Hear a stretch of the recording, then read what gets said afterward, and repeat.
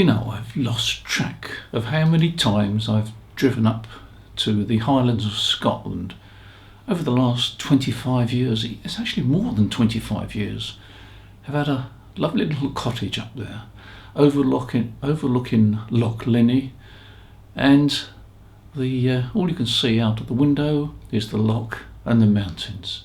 It's been a great pleasure to travel up there, but there comes a time when the 550-mile journey is starting to become rather long. When I was younger, 550 miles was somewhat shorter, but as you get older, the distance becomes longer. It's amazing, isn't it?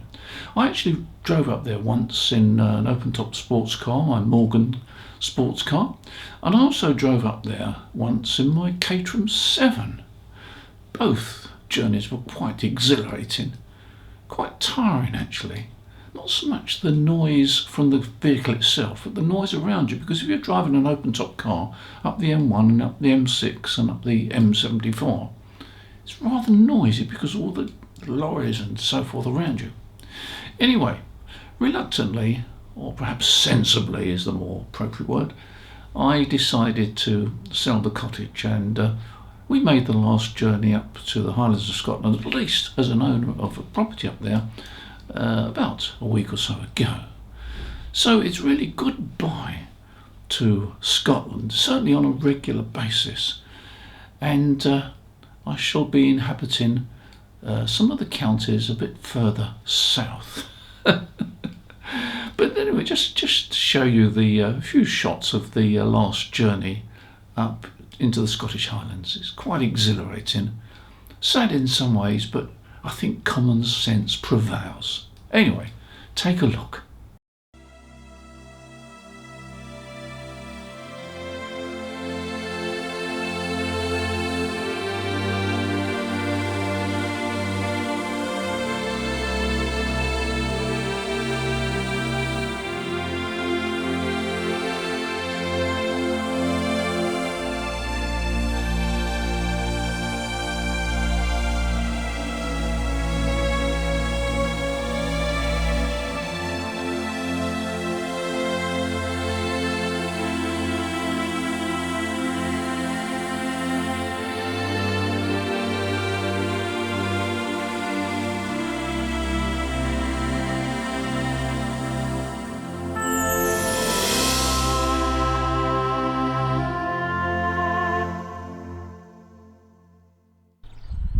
This is the van I use for going about in when I'm going mobile, particularly on long trips, and of course in the Highlands of Scotland it's a long trip. It's 550 miles from Hockley in Essex, so it's really a 2-day trip. We stop overnight. But this is a Fiat Ducato van which is fitted out as a small motorhome. And just go into the operating position there. Quite sorry about the noise, it's the plane going over again. I think it's doing some training actually. Anyway, there's my operating position there. Morse key, IC705 I've chosen to take this time. As you can see, I've been using it on 28 megahertz. I've got a simple paddle key there, microphone which I use occasionally. SWR meter, I always like to have an SWR meter simply because it's a quite large indication of what's happening, whether there's power going out, etc. But it's a handy little device to have. And of course with the bed up there's bags of room for storage. You can see the bed has been stored away there, the mattress is still at home. Things I like about the ICOM IC705 is it's got nice tuning, it's got a very good speaker, no rattling at all. I sometimes use it for airband. As you can see, it covers airband, and I've got a little whip there on the side which is quite interesting. And also if you look at the bottom there, you'll see a screw that I've put in the bottom. That's the earth terminal from the side of the radio, screwed into the bottom there, and you've got a stand that automatically tilts the radio.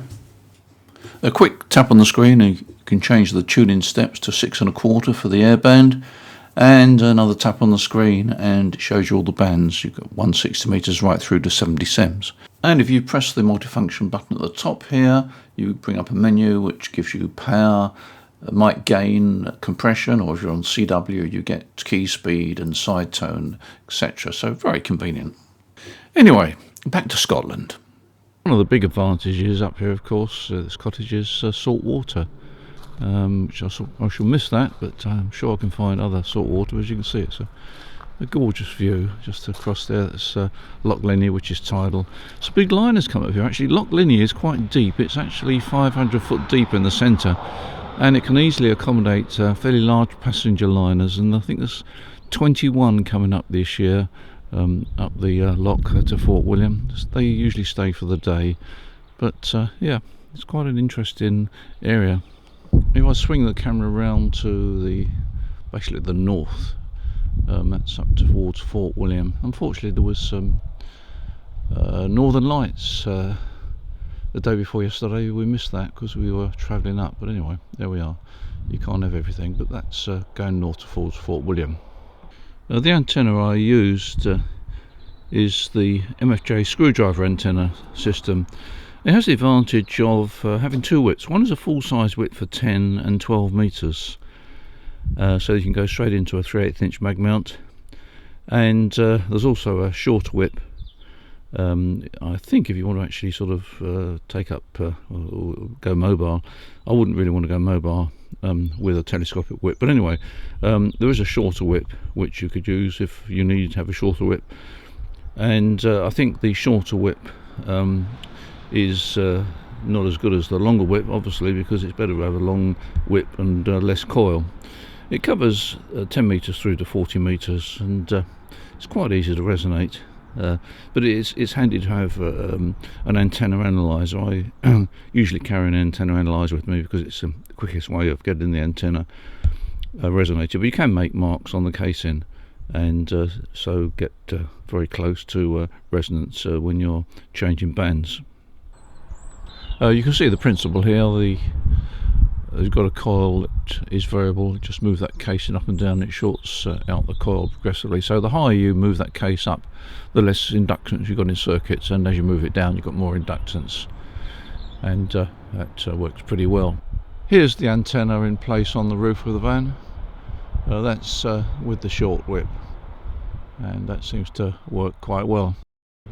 I know a lot of people have got motorhomes, but they've got fiberglass bodies. Usually the front of the cab or the front section is metallic, the original vehicle, and I've tried mounting this antenna on the front bonnet, and it works quite well. This is the 10 metre one. I'll try and take the camera backwards so you can get a bit better view. But I hope the camera picks this up better. By the way, I'm having to use this camera by hand because I left my tripod back in Essex, 550 miles away. And sorry about the noise, you can probably hear the aircraft going over. It's still doing some training flights. Anyway, that's the antenna.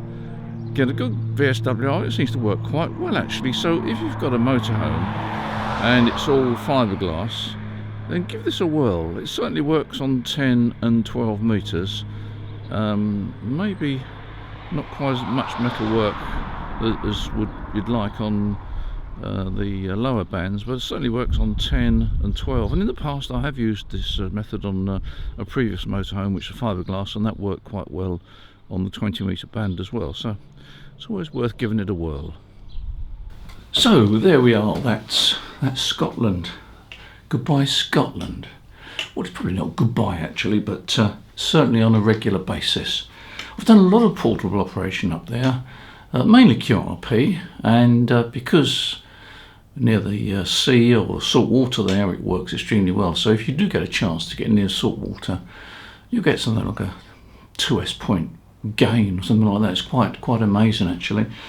And I've used the ICOM 705 on and off for about the last 3 years now, and I really like it actually. I know a lot of people will say it hasn't got an antenna tuner. Well, no, it hasn't got an antenna tuner, but for a lot of the operation, particularly mobile, you tend to use a resonant antenna anyway. So I've never really found that a particular problem. I do like the fact that the battery is on the back there. You can very quickly disconnect it, even though you only get 5 watts. I often use an external battery, and that gives me a 3 dB gain because I get 10 watts output and it lasts for a long time. And of course the other thing is that you get that sort of power level on 2 meters and 70 cm. So if you're in a bit of a sort of a dead spot as far as HF is concerned, you might actually get some contacts on VHF or UHF, maybe the local repeater. And yeah, it's a nice radio. Anyway, Scotland is also a very nice place. It's goodbye to Scotland, but I shall still keep and use my ICOM IC 705. Thanks for watching this video. Much appreciate your support. You take care, and as usual, I'll see you in the next video. Bye for now.